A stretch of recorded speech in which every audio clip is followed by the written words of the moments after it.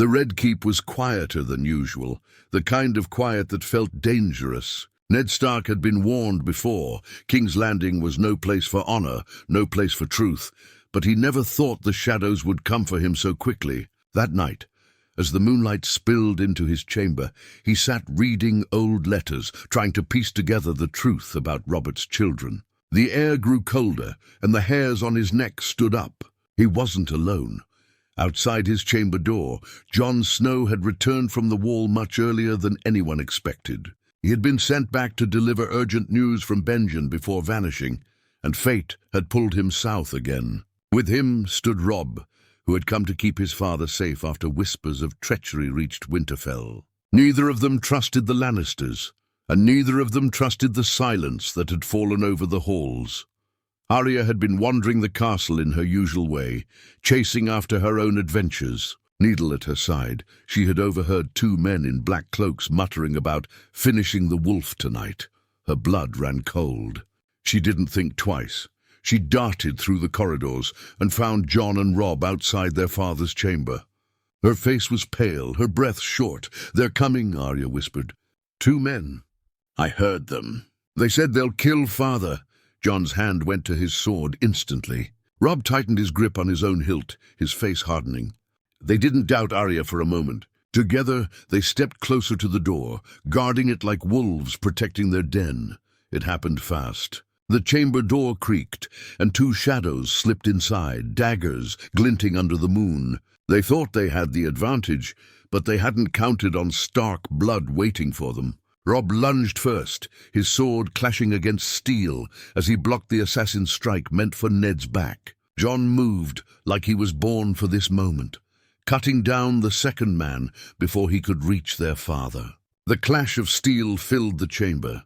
Ned rose, startled but not helpless. Even with his injured leg, he grabbed a nearby blade and fought alongside his sons. Arya slipped into the room, small and unnoticed at first. One of the assassins tried to flee, but Arya's needle found its mark, piercing through his side. She didn't think, didn't hesitate. She struck like a wolf pup with sharp teeth. The fight ended with heavy breathing and blood pooling on the floor. Two bodies lay lifeless, cloaked in black, their faces twisted with rage even in death. Jon wiped his blade clean, Robb steadied himself, and Arya stood frozen, staring at the man she had killed. Ned's eyes lingered on her, filled with both fear and pride. "You saved me," Ned said quietly, his voice heavy with both gratitude and sorrow. "All of you, but this was no victory." The truth settled on them quickly. If assassins had been sent, then the game had already changed. The Lannisters knew. Cersei would not stop, and neither would those loyal to her. Ned realized he could no longer play with letters and whispers. This was war hidden behind silken curtains. Jon looked at his father, his jaw set. "We can't trust anyone here." "They'll come again," Robb nodded, his voice fierce. "Then we fight like wolves, together." Arya, still gripping Needle with trembling hands, added, "I won't let them take you, father." Ned's heart ached. His children had been forced to draw blood in the Game of Thrones, a game he had tried to shield them from. Yet as he looked at their faces, he knew something had changed forever. The Starks would no longer be prey in the lion's den. That night, under the flickering candlelight, the family swore a silent vow. No more blind trust, no more honor that left them weak. They would survive, and they would strike if they had to. The wolves of Winterfell had bared their teeth, and King's Landing would soon learn that even shadows could be hunted. The Red Keep did not sleep that night. Word traveled fast, though not all of it was true. Some whispered that Stark guards had clashed with drunken gold cloaks. Others muttered that thieves had tried to steal from the Hand's chambers. Only a few guessed the truth. The daggers meant for Ned Stark had been stopped by his own blood. Inside Ned's chamber, the floor still smelled of iron. The bodies had been dragged away, but the sight of them lingered in everyone's minds. Jon stood near the window, watching the shadows move across the courtyard below. Robb paced like a restless wolf, his hand never straying far from his sword. Arya sat on the edge of the bed, still clutching Needle, her eyes wide but unblinking. Ned, pale and weary, leaned against the table, studying his children with a heavy heart.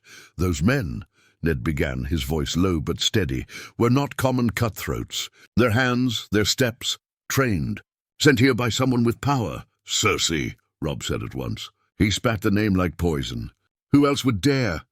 Jon frowned. It could be Joffrey too. Or even the Kingslayer. But whoever gave the order, they will not stop with one attempt. Arya shifted, her voice sharper than before. Then let them try again. I'll stick them all with needle. She sounded fierce, but the tremble in her fingers betrayed her. Ned walked to her, kneeling despite the pain in his injured leg. He gently closed her hand around the hilt of needle and looked into her eyes. You were brave tonight, Arya, braver than I ever wished you to be. But this path is darker than you know. Blood leaves a mark. I don't care, she whispered. They tried to kill you. Robb stepped forward, anger in his face. We can't sit and wait for the next attack. If the Lannisters are hunting us, then we strike first. Call our banners, send word to Winterfell. Enough! Ned's voice cut sharp, firm as steel. We are not in the north. This is King's Landing. Every hall has ears. Every smile hides a knife. Or here would slaughter us before we could even raise our banners. We must be clever, not reckless. Jon turned from the window, his dark eyes meeting Ned's. Then we plan in silence. You cannot face this alone. Trust us, father. Let us help. It was strange for Ned, this moment. He had always carried the burden alone, choosing honor over cunning, truth over shadows. But his children had already been dragged into the game.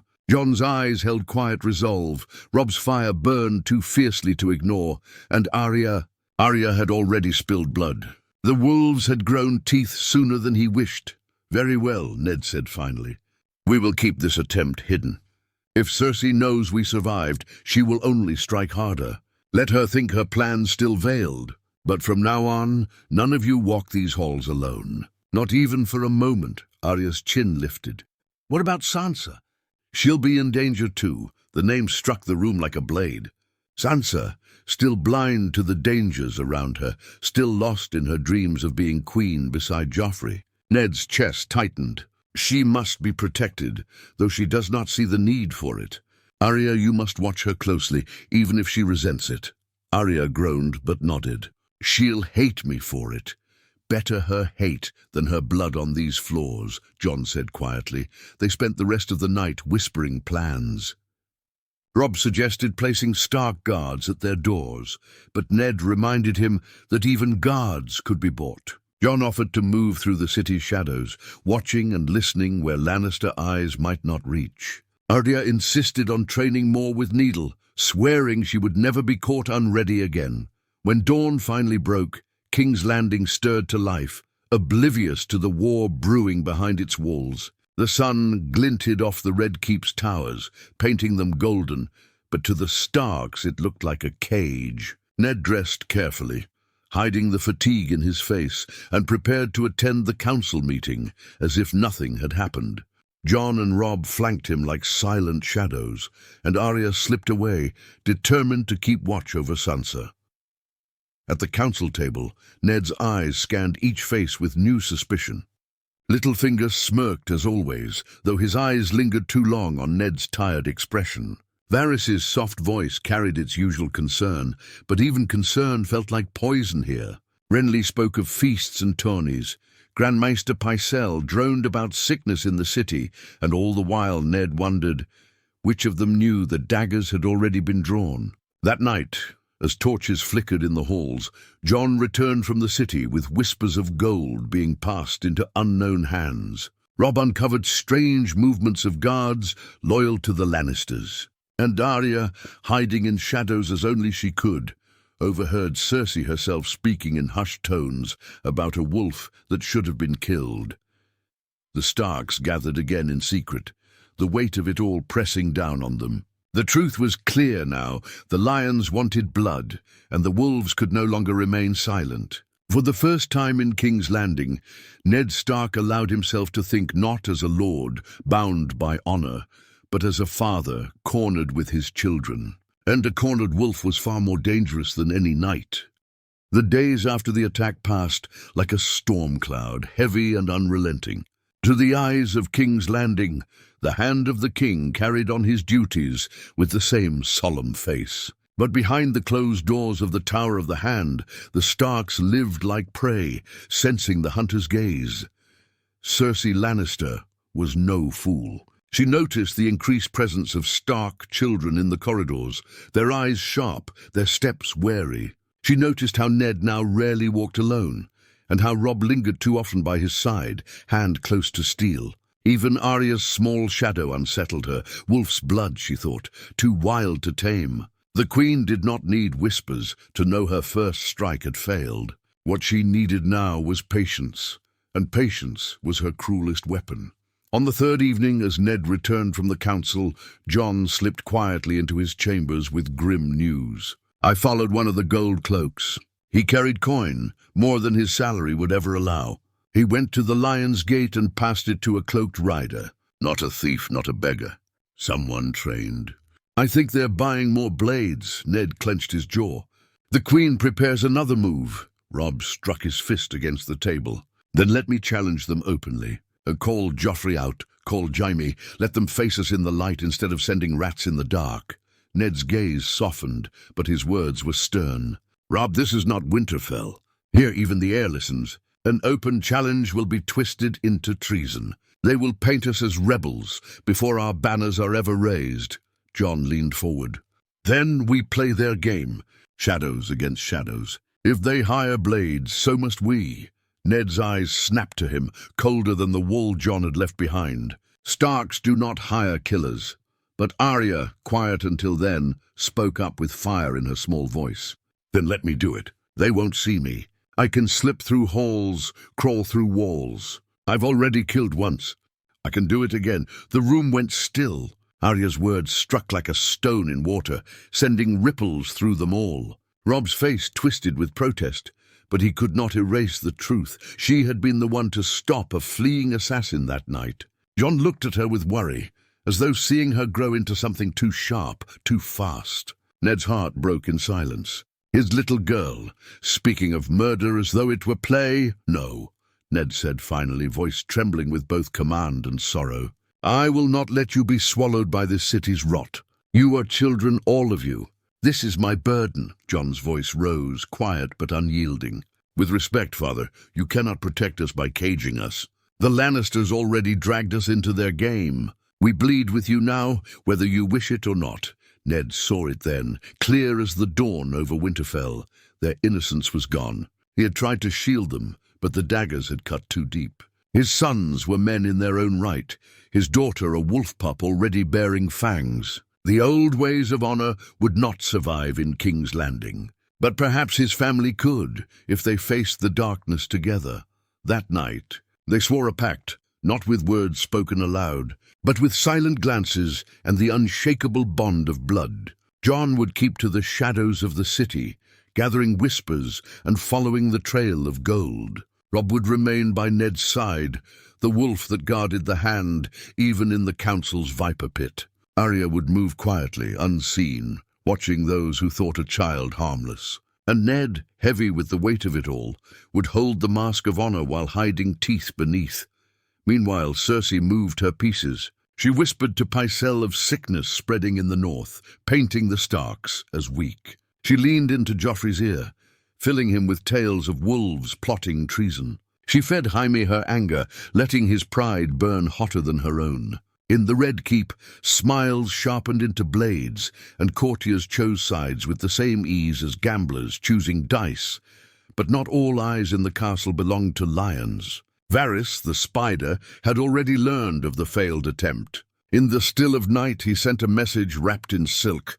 "The wolf still breathes. The cubs bite." He knew a storm was coming, and storms could break empires. One evening, as Arya darted through hidden passages, she stumbled upon a truth sharper than any sword. Through a crack in the wall, she saw Cersei herself with two cloaked men. The Queen's voice, soft yet venomous, reached her ears. "Next time, no mistakes. The hand must fall. And if his brats stand in the way, so be it." Arya's breath caught. She pressed her small body flat against the stone, her heart racing. When the Queen left, she ran faster than she ever had, her feet carrying her back to her family. Needle thumped against her hip as if reminding her wolves had to be ready. When Arya spilled the truth, the chamber fell into silence. Ned's face hardened, no longer the father who hesitated, but the lord who knew war when it stood at his door. "So be it," he said at last. "If the lions hunger for blood, let them choke on wolf's flesh first." Jon rested a hand on his sword. Robb's eyes blazed like fire on snow. Arya gripped needles so tightly her knuckles whitened. The Starks had come to King's Landing as guests, as pawns in another man's game.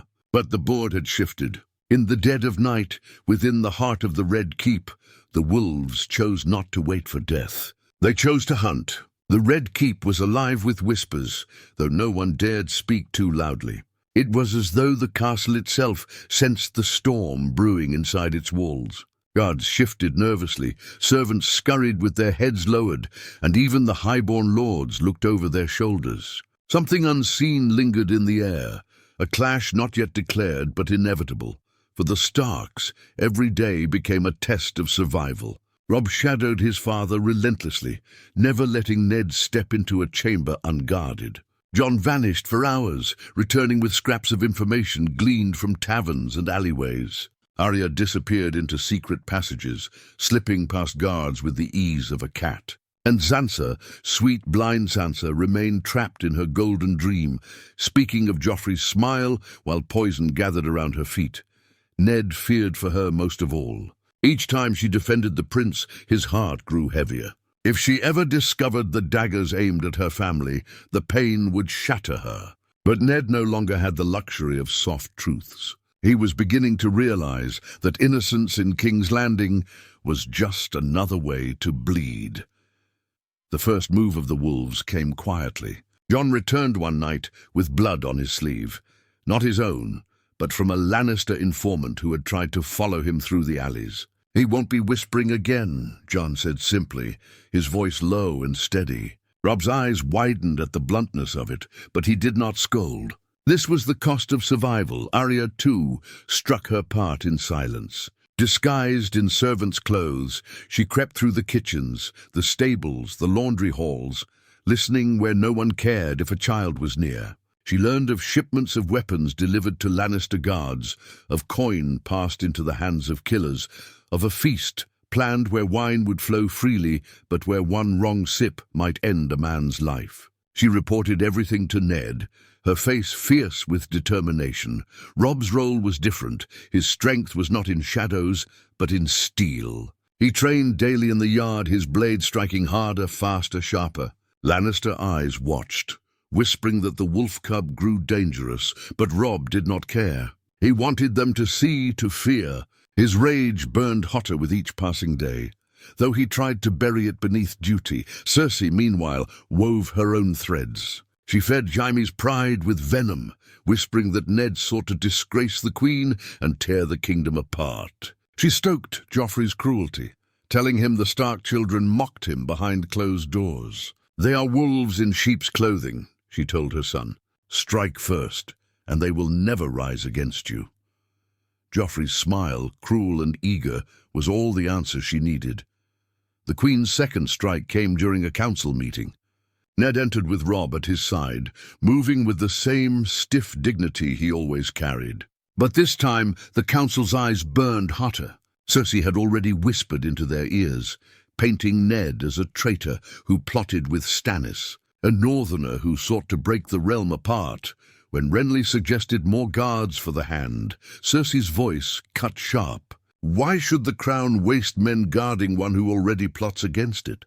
The words were honeyed but poisonous, and the council stirred uneasily. Ned's jaw tightened. He met the Queen's gaze, neither flinching nor bending. "My loyalty has always been to Robert, not to whispers and lies. If men seek to strike me in the night, perhaps they fear the truth I carry." The Queen's smile was as cold as steel. "Then perhaps, Lord Stark, the night is wiser than the day." After the meeting, Robb seethed with fury, his hand itching for his sword. "She wants to corner you. She wants to make the court see you as a traitor before she spills your blood." "She wants more than that," Ned replied. "She wants us to move first, to give her reason to unleash Jaime and the city watch upon us. But we will not bend to her game. Yet even as Ned spoke, he knew patience would not save them forever. That evening, the wolves struck again. Arya followed one of Cersei's cloaked messengers through the hidden passages until he met with Jaime Lannister himself. She saw the Kingslayer take the message, his face grim.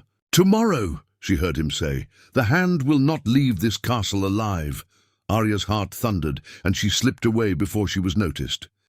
When she burst into her father's chambers, breathless, Ned listened with a silence that chilled the room. Robb's hand tightened on his sword. Jon's eyes darkened like a storm. "So it comes to this," Ned said at last. "The lions will strike in daylight. If I attend court tomorrow, I may not return." Robb stepped forward instantly. "Then I stand with you." Jon's voice was colder. "No, we move first. If Jaime comes for you, let him find wolves waiting with teeth bared." And she gripped needle, her small face fierce. "I'll be there too." Ned's gaze swept over them, torn between pride and sorrow. They were no longer children in his eyes, but soldiers of his blood, ready to fight and die for him. He had come to King's Landing for truth, but truth had already drawn steel. Now, survival demanded something more. That night, as torches flickered against the stone walls, the Stark family made their plan. Jon would take to the shadows once more, striking first at those who moved against them. Robb would guard Ned openly, daring Jaime to draw his sword. Arya would slip through hidden paths, ready to sound the alarm should danger rise too quickly. The Red Keep, with all its golden towers, had become a battlefield no one yet declared. But war was already here, dressed in silence and shadows. And when dawn came, the lions would discover that the wolves had chosen not to flee, but to fight. The morning broke clear and bright, but the Red Keep felt like a dungeon. Every corridor seemed to hum with tension. Every torch burned like a warning. Ned Stark moved through the halls with Robb at his side, Jon trailing just behind, while Arya disappeared into the secret ways of the castle. They were a pack now, never apart, always watchful. The summons to court arrived before noon. It was not unusual, yet it carried a weight Ned could feel in his bones. Jaime Lannister himself stood at the door, golden hair gleaming in the sunlight, his smile cold and sharp. "Lord Stark," he said, voice dripping with mock courtesy, "the Queen requests your presence. The realm waits." Ned's cane tapped against the stone as he rose, his face unreadable. Robb moved half a step closer, his hand brushing the hilt of his sword. Jon's eyes lingered on Jaime, silent but full of fire. The Kingslayer's gaze flicked over them, amusement curling at the edges of his lips. He thought them nothing more than pups snapping at a lion. The walk to the throne room felt endless. Courtiers and guards lined the way, their eyes following the hand of the king, like vultures watching a dying stag. At the great doors, Jaime paused, his hand resting casually on his sword. "I trust you'll speak wisely, Stark. My sister does not take kindly to northern stubbornness." Robb's voice cut sharp. "And northerners don't take kindly to threats." Jaime's smile widened, but before he could reply, the doors opened. The throne room stretched out before them, vast and cold. Cersei sat at Robert's side, her expression calm, but her eyes gleaming like a predator's. Joffrey lounged nearby, smirking as though he already knew the ending of a cruel joke. The council members stood along the walls, uneasy but silent. Ned stepped forward with Robb and Jon flanking him. His leg ached, but his voice carried steady. "Your Grace, I have come as summoned." Robert shifted uncomfortably on the throne, half drunk even at this hour. "Aye, Stark, aye. We've matters to discuss. But first," his words slurred and Cersei smoothly interrupted, "first, my lord husband, we must address the Hand's transgressions." Her voice carried like silk, smooth but deadly. "Whispers reach me that Lord Stark plots with Stannis, that he gathers letters and secrets meant to divide the realm. Whispers, too, of shadows creeping through the city at night. Perhaps the wolf forgets that a guest in the lion's den should keep his claws sheathed." Murmurs rippled through the court. Joffrey's smirk grew wider.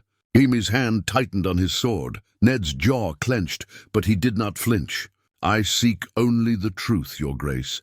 If shadows move, it is because daggers have already been sent against me in the dark of night." Cersei's eyes narrowed, her mask slipping for just a heartbeat. She knew he spoke of the assassins, but she had not expected him to name it so boldly. "Dangerous words," she said softly.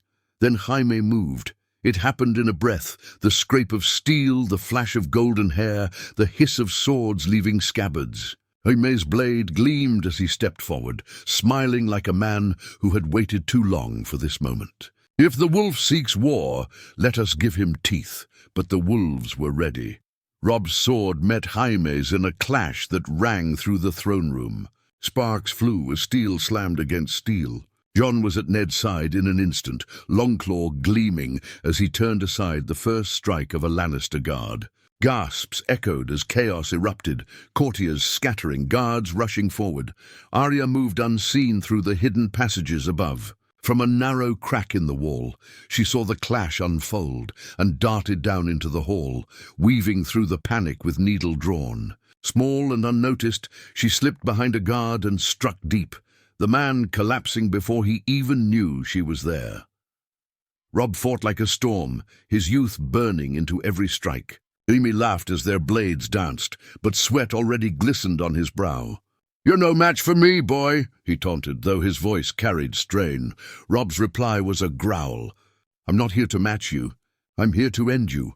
Jon fought with cold precision, his blade cutting down a Lannister guard with brutal efficiency. His eyes never left Ned, his entire body a shield against the storm. Blood stained his sleeve, but he did not falter. Ned, though slowed by his leg, fought with the stubborn strength of a man who refused to fall. His blade found another guard's chest, even as pain twisted his face. The throne room had become a battlefield. Screams echoed as nobles fled, servants cowered, and Robert shouted drunkenly for order. Cersei sat still, her face pale with fury, her plans unraveling before her eyes. Joffrey shrieked for the guards to kill them all, but the wolves stood unbroken.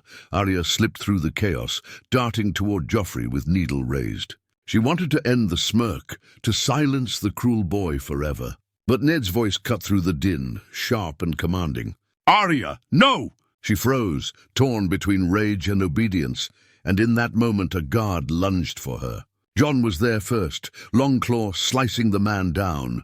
Robb and Jaime's duel raged on, the clash of steel like thunder. At last, Robb forced Jaime back with a furious strike that sent the Kingslayer staggering.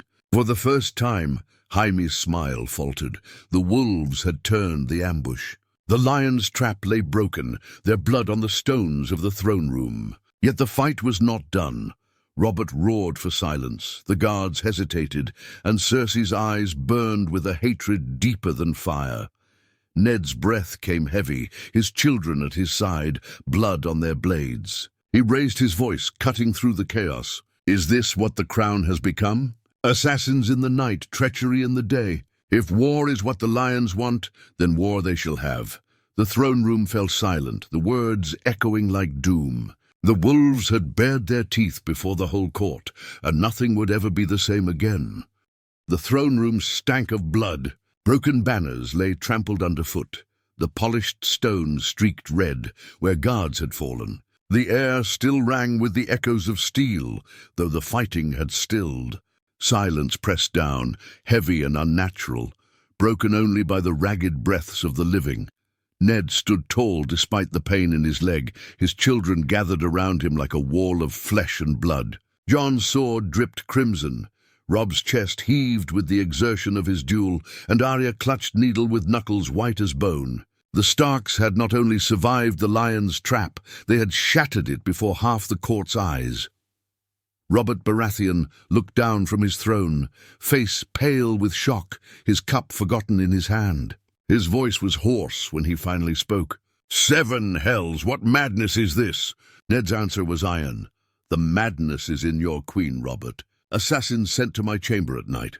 Swords drawn against me in the light of day. My children forced to fight for their lives in your hall." Cersei rose slowly, her face calm, though her eyes burned like wildfire. "Lies," she said coolly, though her voice trembled at the edges. "It is the wolf who drew first blood, turning his pups into killers. He came to this court with treason in his heart. The realm has seen it with their own eyes." Gasps and whispers filled the chamber. Some nodded at her words, Others looked away, unwilling to meet Ned's gaze. But Jaime's glare said everything. The Kingslayer would not forgive the humiliation of being bested by a boy. Robb stepped forward, pointing his sword at Jaime, his voice fierce. "Say the word, father, and I'll finish what I started." Jaime's lips curled into a dangerous smile. "Try me again, pup. Let's see if the wolf's bite is sharper than the lion's claws." "Enough!" Robert roared, his voice shaking the very hall. He slammed his fist against the arm of his throne, eyes flashing with the fury of a king long buried under wine. "I will not have my hall turned into a butcher's yard. Not by lions, not by wolves." The silence that followed was colder than winter. Robert turned his gaze to Ned, his old friend, and then to Cersei, his queen. His face twisted with conflict, torn between honor and power, loyalty and control. Ned saw the war within him. He stepped forward, leaning on his cane but unyielding. "Robert, you know me. I came here for truth, not power. But your house has drawn steel against mine. If you let this stand, there will be no realm left to rule. Only war." Cersei's voice dripped poison. "And if you let the wolf live, my lord husband, there will be no crown left to wear. He gathers his pack, whispers with your enemies. Already he teaches his bastards to spill lion's blood. If you do not act, the realm will bleed." Robert's hand trembled as it gripped the armrest of his throne. For a long moment no one breathed. Then Arya's voice cut through the hall. Small, sharp, unyielding. "She lies. I heard her. I saw her. She sent the men to kill my father." The hall erupted in chaos. Nobles shouted, guards exchanged uncertain glances, and Robert's face drained of color. Arya stood trembling but fierce, her little sword still clutched in her hand, her truth spilling like wildfire through dry grass. Cersei's mask cracked. For a heartbeat, hatred twisted her perfect face. But then she smiled again, cold and cruel. "Children imagine much in the dark. Will you condemn your queen on the word of a girl?" Robert rose from his throne, his face thunder. "Enough! By the gods! I am sick of all of you." He turned to Ned, his voice lower but edged with steel. "Take your children. Leave this hall. Go back to your chambers and wait. If one more drop of blood is spilled, I will hang you both."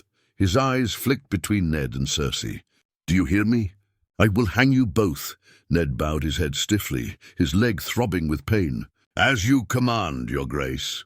He turned, signaling to his children. Robb and Jon sheathed their swords reluctantly, Arya slipping back into his shadow. The wolves withdrew, but their eyes never left the lions. Behind them, Jaime's laugh echoed low and promising vengeance. Cersei's whisper carried like a curse. "This is not over." Back in the Tower of the Hand, the family gathered in silence. Jon bound the cut on his arm. Robb paced like a caged beast, fury burning in every step. Arya sat cross-legged, polishing needle as if preparing for the next strike.